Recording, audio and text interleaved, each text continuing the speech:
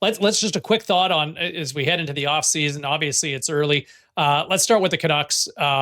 Look, you've just Patrick Allvin, obviously the big news over the last week, fired a day after the regular season. I think everybody saw this coming for weeks. I don't know if Jim Rutherford, your boy Kami, is winning too many fans over. And in fairness, like Jim's getting closer to 80 than he is 70 now. And so they need a succession plan in place. But going forward, I mean, this could be a long few years for the Canucks, but they've got the best odds for the first overall pick. Like, this is a massive offseason for them. Yeah, I'll go first on this one. First off, before I get into it, I just want to congratulate the Green Jacket winner, Brock Besser of the Vancouver Canucks. What a season. I mean, it's the leaderboard doesn't really tell the truth because our Belarus friend there, Artie in Chicago, was out for the last 2 weeks, which is unfortunate because he could have competed. After that, Besser really won this thing by 15 strokes. So congratulations to Brock. Actually, a guy in Vancouver sent me a picture. I posted it on Twitter. I get it. Somebody called it weird. I'm like, it's not that weird. But I guess Saturday morning, the old Canucks are at the golf course, and the fellas showed up, and he's got a green jacket on. They brought he did? Yeah. Come on. Way to lean into it, Brock. Boy. He had it on, and he was rolling the rock with it or whatever. So good for him. I love it. It is just a fun thing. But yeah, I mean, I don't even know where to. The Canucks got. Hey, cross your fingers for the draft. I don't know what else you do. You're selling it, and let's just start drafting, developing. I don't know what you're going to do with our boy there, EP40 or whatever. Hopefully he can find it, but they got work to do. Yeah, they got to start winning. They got to win the lottery this year. They got to get a top two or one of the top three guys. That any of those three are going to help change a franchise, and then just go from there. Because it is they're at rock bottom. It's very obvious, and that press conference was something else.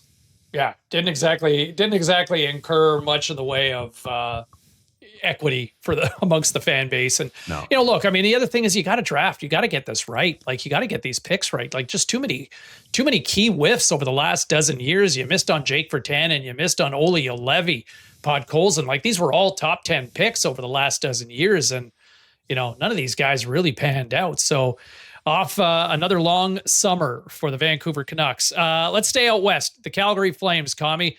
I mean, I feel like look, they're scrappy, they compete, but this still feels like there's lean years ahead before we're really going to see the talent blossom. And look, I think they made a couple of good moves in terms of moving Kadri and moving Anderson, but to see those seeds planted for prospects, like, this is going to be a while still. Yeah, I think it is, and that's fine. I understand everybody wants to make the playoffs. 96 points the year before, and you missed the playoffs. I'll tell you what, for the Calgary Flames for the next few years, this year was better than the year before, I think. They have the fourth best chance. They should be drafting very high. Yes, I totally agree. There's a couple of lean years coming, but to me anyways, the focus is when that rink opens up in a couple of years, 3 years. I think there's 2 more seasons at the Dome. So let's just keep assets developing. The Wranglers are right there in Calgary. The Flames brass seeing them all the time, so they see what's going on. Just keep moving in the right direction. I like what Craig Conroy is doing. Yeah, exactly. That's where I was going to, at least they have culture there. Like, even though they're not that good, you said scrappy, they played right to the end. They did it the right way. They still lost enough games where they're going to have a good player come through their coffers here as long as they don't get smoked by the lottery picks, but or the lottery balls. It feels like they have the right people. I like their coach. I like their GM. Everything seems to be kind of in the right place, that they have, they're a lot closer. It feels like they could turn the switch when that new rink opens. They can open up the bank book a little bit and spend some money and get things right. So I don't mind where Calgary is.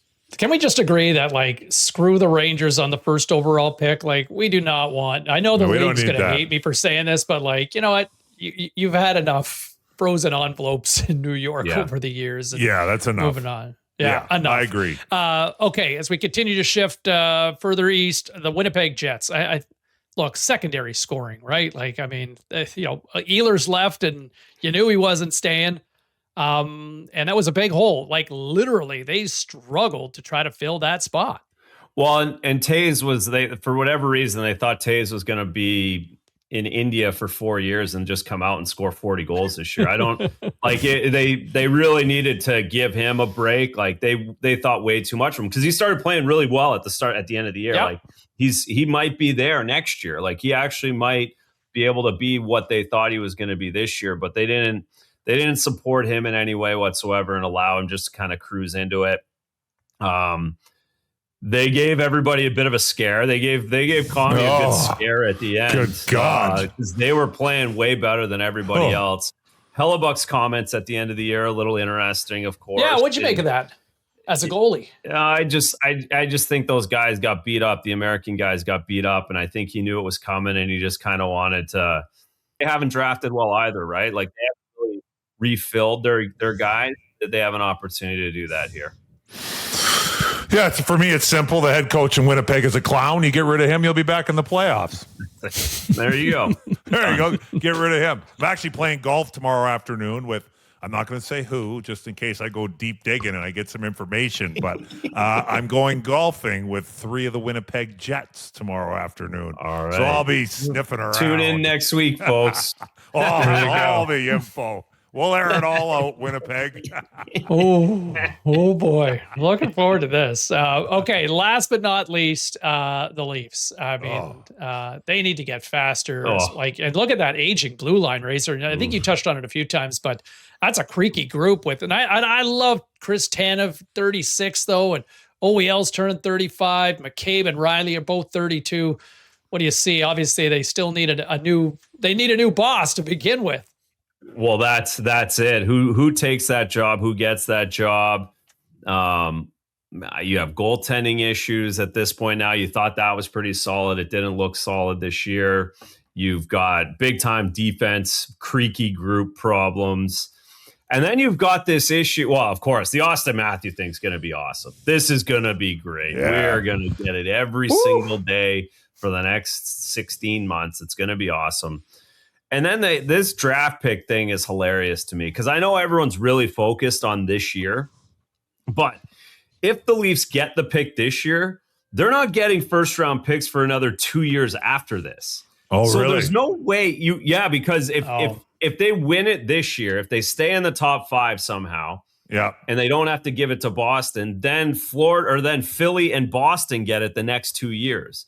So it's not like you're going to have this ability to like really grow this prospect pool. So whoever's getting this job is going to have to work absolute miracles to find a way to thread the needle of making Matthews happy and not make it a rebuild, but also make it a rebuild. It's a disaster. I don't know how they're going to pull all this off. Our producer Stu, I just almost laughed out loud. Yeah, Stu is a huge Leaf fan. He's losing it. Grok is getting the job as the Leafs GM. Yeah. He's just going to talk into the phone. What should we do? The Leafs. It's amazing what 1 year does. Yeah, on the front end, like I'd like to, and just like, hey, it's terrible this year. Next year, things could be totally different. It can go, both ways, although it is very hard to see now. I will say that back end is probably my biggest concern from the outside looking at the Leafs. Because, like you said, there's guys I like there as players, but they're on the second half of their 30s. Like that's, I like Chris Tanev. I liked him in Cal. The guy, I mean, he's a warrior, but I mean, the guy gets hurt and it's not going to get. I would assume it's not going to get better as he gets older. So, the back end, I don't know. Other than that, I'm not sure what the Leafs are going to do. I guess we'll start with AI and see what happens. Yeah. Call Claude, call Grok. Yeah. Call ChatGPT. Call them all. Call them all. Yeah. It's just, you wonder, I guess, look, I mean, you'd get quite a haul if you ultimately move Matthews, but that's what's happening at before what the price? Draft. Before the draft, Matthews is gone. I'm standing on that.